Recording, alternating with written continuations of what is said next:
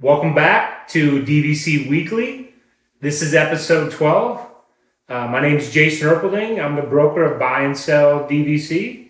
And this is Scott Ferrioli. I'm the owner of DVC-Rental and Buy and Sell DVC. And how can they get a hold of DVC-Rental? Phone number? Phone number. I was like, where are you going with this, man? Phone number for DVC-Rental is 407-494-2320. And if you need to check availability, the best thing to do, though, is, of course, go to the website, click check availability, punch in your dates, we'll get a response to you. Or if you want to run out your points, go to the website, click run out your points. Yep, there's buttons for Rent My Points, and there's also a section for DVC members where there's a little drop down where you can select what you're looking for. And you can reach me, email is jason@buyandselldvc.com. You can also reach me via text message if you want, 407-375-3376. Today is April 28th, 2021. 11 months from today is going to be 3/28/22. So it's coming on the end of spring break for most people in 2022. I'm not sure when Easter is in 2022. I'm not sure if any either. And then 7 months from today is one of the busiest times of the year. It's 11/28/21, and that, of course, is my birthday, and that's why it's so busy. So I just want to give you a heads up on that. One thing I just want to mention real quick, because this doesn't usually get talked about in all the different discussion boards and things like that, is I just want to give a huge thank you to all the different buyers and sellers that I've worked with throughout the years, who, especially when you're buying a property, yes, there's Disney with right of first refusal. They have to provide the estoppel fee. But one thing that happens in the transaction is there's another party. So if you're a buyer and you want to close as soon as possible, you get everything back. The seller still has to return all of their documents as fast as possible in order for you to close. So if you return everything the seller hasn't, you can't close yet. Same thing, if you're a seller, you're looking to get your funds, you return the documents, the file can't close until the buyer returns their documents. So I appreciate everyone. A lot of people, when they get their final documents, they'll send me an email or they'll send me a text message. Jason, I put them in the mail. They should have them in 2 to 3 days. Trust me, all buyers and sellers appreciate the other party doing things quickly. It makes the transaction go very smooth. Now, I do have one particular, somebody wants me to give them a shout out. So I want to give a shout out to Stuart and Rebecca from Lowborough. So hopefully you're seeing this episode now. They just closed on a property, and in their transaction, it just so happens that they were very quick. The seller, in my opinion, was very quick. Here's the time frame. People are always asking, well, how long are things taking to close right now? So the title company was TRCS. The broker, of course, was Buy and Sell DVC. The offer was made on March 1st. The offer was accepted on March 1st. It was sent to right of first refusal on March 1st. It waived on March 22nd. Final documents were sent to buyer and seller on April 1st. Buyer returned docs April 4th. Buyer returned funds April 8th. Seller returned the closing docs April 11th. The file closed April 14th, and the seller was sent their proceeds on April 15th. That's a well-oiled machine right there. Yes. A month and a half turnaround is pretty amazing. So again, that's what we love to see. So again, I appreciate all the buyers and sellers throughout the years returning everything quickly. So you should, if you're one of those buyers or sellers, you should pat yourself on the back, because it definitely helps out everybody. Now we're going to go into talking about Vero Beach. So Vero Beach, of course, is 2 hours southeast of Orlando, right on the ocean. It has studios, 1, 2, and 3 bedroom cottages. It expires 2042. And the dues there are $11.23 a point for 2021. Now, if you do have the deed that is on or before January 1st, 1996, you have what's called subsidized dues, and your dues are only $8.86 for 2021. Now, if you're a buyer out there, I don't want you to get too excited for looking for Vero Beach subsidized. They're very rare. They're very rare. Like at this point, I've come to the assumption that if you own a Vero Beach subsidized, you're just going to keep it forever. You're never going to sell it. So, but that is why when you list a Vero Beach property, we do pull up your deed, see when the date is, so we know if you have subsidized dues or not. The direct price for Vero Beach is $120 a point. Resale ranges, and again, this always depends on if it's subsidized, if it's 25-point deed, if it's a 200-point deed. But basically, resale is usually around $70 to $80 per point at this time. Yeah, that's gone up a bit too, because I know the market's been really hot recently. Because a lot of times you can find Vero Beach lower, but yeah, 70 to 80 seems to be the going rate right around now. So, and Vero Beach is an absolutely fantastic property. Have you Oh yeah, I have two boys. They're 9 and 11. I will tell you that all of my trips have been before I've had kids, because apparently 2 hours is too far for my kids. So yes, I have been there. I don't know. I'm going to let you talk for a little bit about Vero Beach before I take up all the airtime here. Oh no, Vero Beach, great property. We typically go about twice a year, just because it's relatively close. It's like 1:45 to 2 hours, like you said. Depends how quickly you drive. But right on the Atlantic Ocean, very, very laid back property, as you know. There's not a ton of stuff to do there. So truthfully, I think a 3-night trip is probably your best bet. If you're able to mix it maybe with a Disney trip, I would say do Disney first, get tired, be exhausted from your Disney trip, then go to Vero Beach, just crash and relax for 3 days. On the Atlantic Ocean, great pool right there as well. Just laid back property, mini golf course. They've got outdoor ping pong tables and stuff. There's just a lot of stuff to do. But the cast members are absolutely fantastic at Vero Beach. But I think one of the reasons is because there's not as much to do. If you're going to Walt Disney World, there's always stuff to do. There's parks. There's a lot more going on. Where at Vero Beach, I think the cast members kind of have to go above and beyond just because there isn't as much to do. So they really extend themselves. So I've found some of the greatest cast members at Vero Beach. But fantastic resort. We're actually going to be going in early July this year for 3 nights. And it's hard to really find a downfall with Vero Beach. I would say maybe they could use a little more food options there. But there's a lot of outside places in Vero Beach and Sebastian where there's a ton of restaurants. So there's always stuff to do. You do need a car to get there.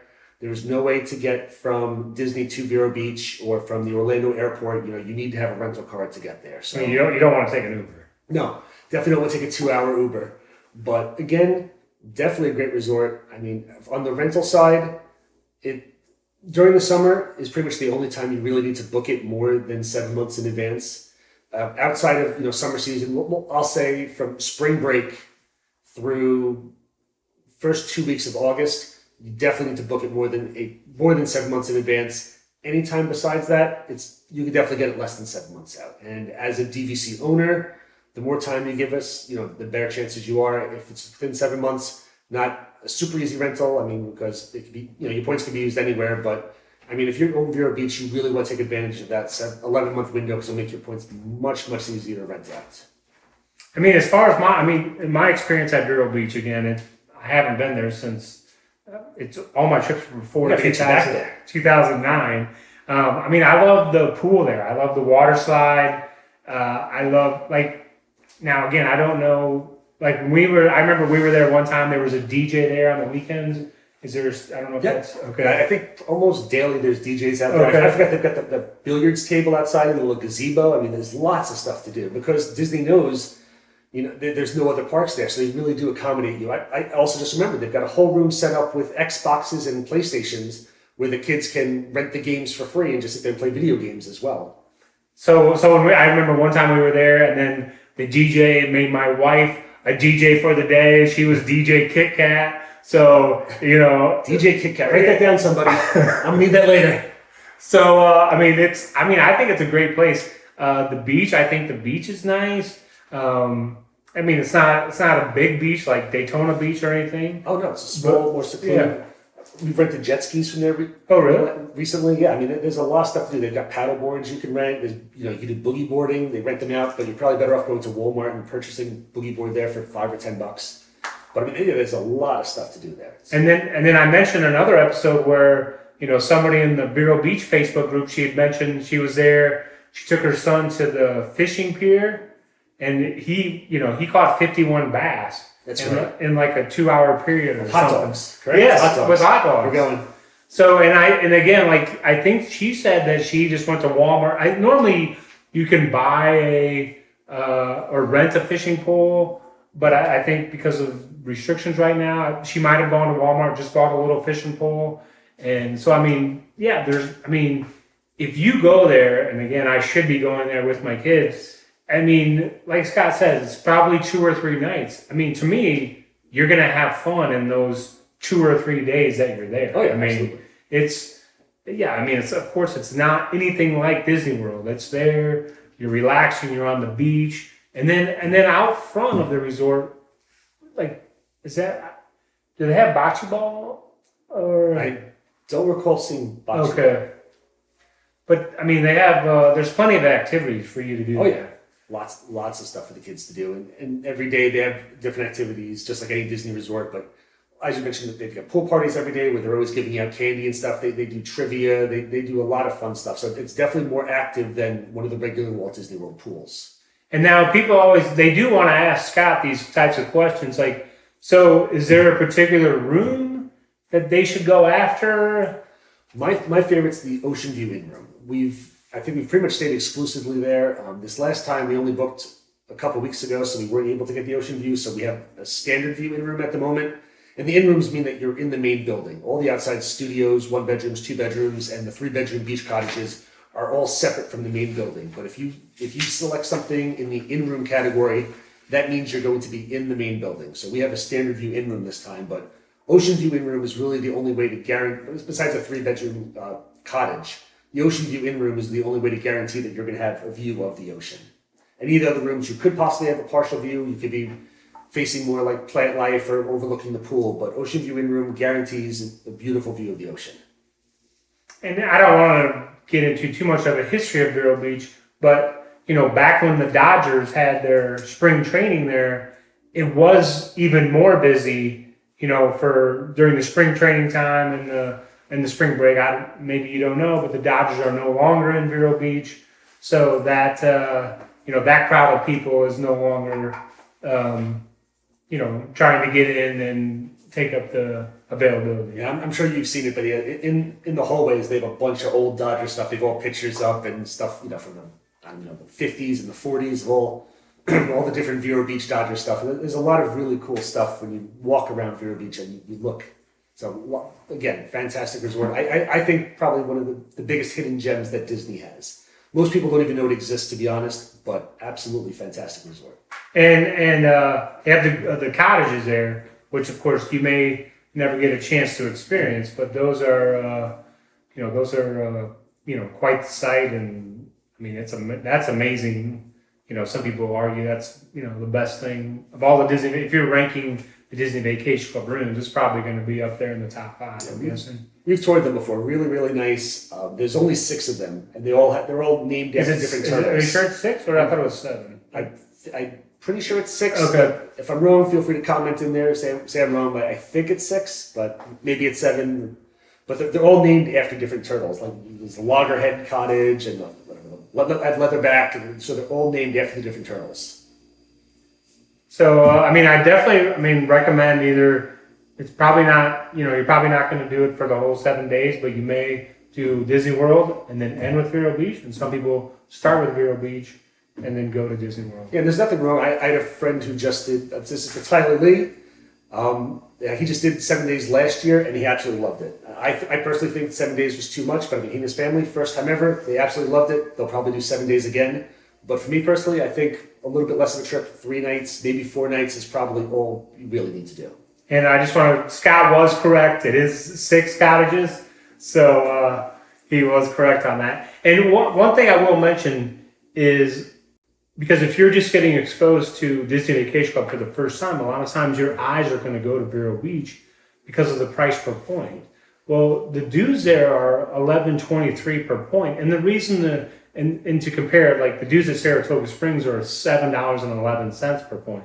So you say, why are the dues at Vero Beach so high? Well, it's because it's right on the ocean. It's the salt water. The salt water, it can do a lot of damage to a lot of things. So it's a higher cost to maintain.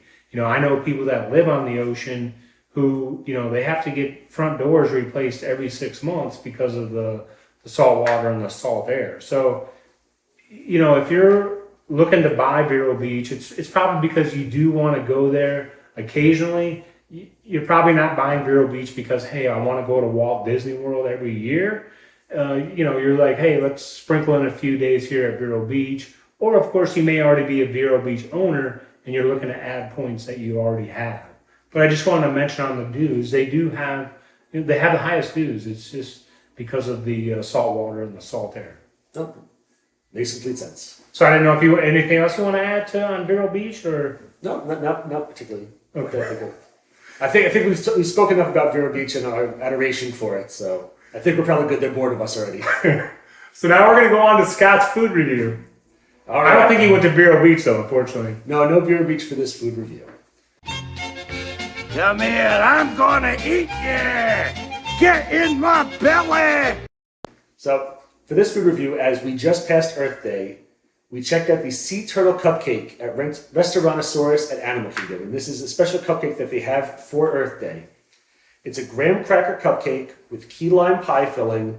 It has a guava, it says gelee, I'm probably pronouncing it wrong. It's G-E-L-E-E, gelee, and vanilla buttercream topped with a sea turtle made out of peach gummies and mint gummies. And it was $5.99. The best way to explain this cupcake is that it's just wild. The taste of the cupcake is wild because they've got pictures of it and cut it in half. It's got the buttercream, and then it has like a thick, this guava gelee, or what it was. I picture like it was like a big, like hard glop, like maybe in case like a circle. We cut it in half, so it's just, it's solid, but it's like a thick jelly. And then the peach gummy on top and mint gummies. I don't know. I mean, it was good. It was fun. We enjoyed the cupcake. Wild is the best way because you're mixing the sweetness. The key lime pie filling was perfect. I mean, we love the key lime pies from Publix. I mean, this was a similar taste. The key lime pie was really, really good. Everything was good. It was just weird together with this guava gelee and the peach gummies and the mint. So you have peach and mint with the sweetness. It was really, really odd. I mean, it was good. I enjoyed it. I don't know if personally I'd get it again. I mean, it's one of the cutest cupcakes I've ever seen Disney do with the little baby sea turtle on top. I gave it a 7.1. Still solid. I mean, it's a cupcake. It's nothing bad. I mean, Disney's probably going to be getting rid of it very shortly. So if you see this, go there quickly because again, it's only for Earth Day. It's limited time. Sorry, where did you say it was? I give it a 7.1. No, where is this at? This is at Restaurantosaurus at Animal Kingdom. So go there, check it out. It's fun. It's really cute. The kids are going to love it. It was, again, just my wife and I had it together and we were just like, this is just wild. This is the combination of everything. You got the sweetness and you've got peach and why they chose mint gummies instead of like a lime gummy, I don't know. But it's sweet and then all of a sudden there's mint thrown in there. It was definitely different. Again, 7.1. Check it out. Cupcakes gone wild. Cupcakes gone wild is right. So the next thing I want to mention, this is more on the buy and sell DVC side. Is a buyer will come to me and say, I want to make an offer on this property, but I know you represent the seller. Well, I just wanted to let you know, like when you're dealing with an associate in the state of Florida, they're working as a transaction broker unless they let you know otherwise. So they're just simply trying to get buyer and seller to come to an agreement. So if you make an offer on a property and say, I want to offer 149 a point, but I'm willing to go to 152 a point, that information is not disclosed to the seller. Your offer of 149 a point is simply presented to the seller. And if a seller says, well, counter at 149, but I'm willing to go to 147. Again, that information is not disclosed to the buyer. So, if you're dealing with a Disney Vacation Club guide, that's different because they represent the developer or the builder. So they work for them. But when you're dealing with on the resale end, you're dealing with a transaction broker who's simply trying to put, buyer and seller together. Like the key points with the transaction broker: dealing honestly and fairly, limited confidentiality, accounting for all funds, skill, care, and diligence, presenting all offers in a timely manner unless directed otherwise in writing. And it says disclosing all known facts that materially affect the value. So I just wanted to address that. And another thing is, someone will say, I want to make an offer, but I don't want to waste the seller's time, or I don't want to waste your time. Listen, if you want to make an offer, first of all, you have to do with what you're comfortable with. So if you want to make an offer, the best thing to do is just simply make the offer. Then the seller's either going to accept, they're going to counter, they're going to say they're firm at their price. And the sellers, in my opinion, they're not going to get upset, because this is not, when you make an offer, this is not, you have to fill out, 5 pages of paperwork. You have to fax it in. This is, you make an offer, you fill out the information, we send you an email, you confirm it's correct, we take it to the seller answers, and this can all happen typically within an hour or 2 hours, depending on the time of day, and depending on if the seller is able to be reached. And, like on an earlier example today, the offer was made and accepted and sent all in the same day. Yep. So don't worry about making offers. You have to do with what you're comfortable with. And that's, I just want to mention that there's no time wasted when you make an offer. And of course, not all transactions work out between buyer and seller. So, a seller may not always go as willing as you want to go. And, a buyer's not always going to come up to what the seller wants. So, but there's no problems making offers. And so, I don't know. I think we all just fell asleep a little bit with the transaction broker stuff. Can you repeat everything after transaction broker? No, I'm just kidding. So, I don't know, Scott was going to mention a few things about our Facebook group. Oh, yeah, sure. Definitely, if you've got questions for myself or Jason, if you're thinking of buying, if you're thinking about selling, or if you just want to talk about Disney, check out our Facebook group. Just go onto Facebook. It's under Disney Vacation Club Resales DVC. It's the largest Facebook group dedicated to resales for Disney Vacation Club. So any questions, anything, just to be part of the community, go in there, talk to us, say hi. We post a picture for Disney stuff. Again, it's a fun group, no drama. So, we're in there all the time. So really, really, it's a great way to interact with us as well. So we'd love to see you in there. And I just want to mention, everyone has their favorite way of, communicating. You can reach me on Facebook Messenger. You can text me. You can call me. You can email me. Whichever method you prefer. It's not a problem at all. So we appreciate you watching. Be sure and subscribe. Be sure and hit the like.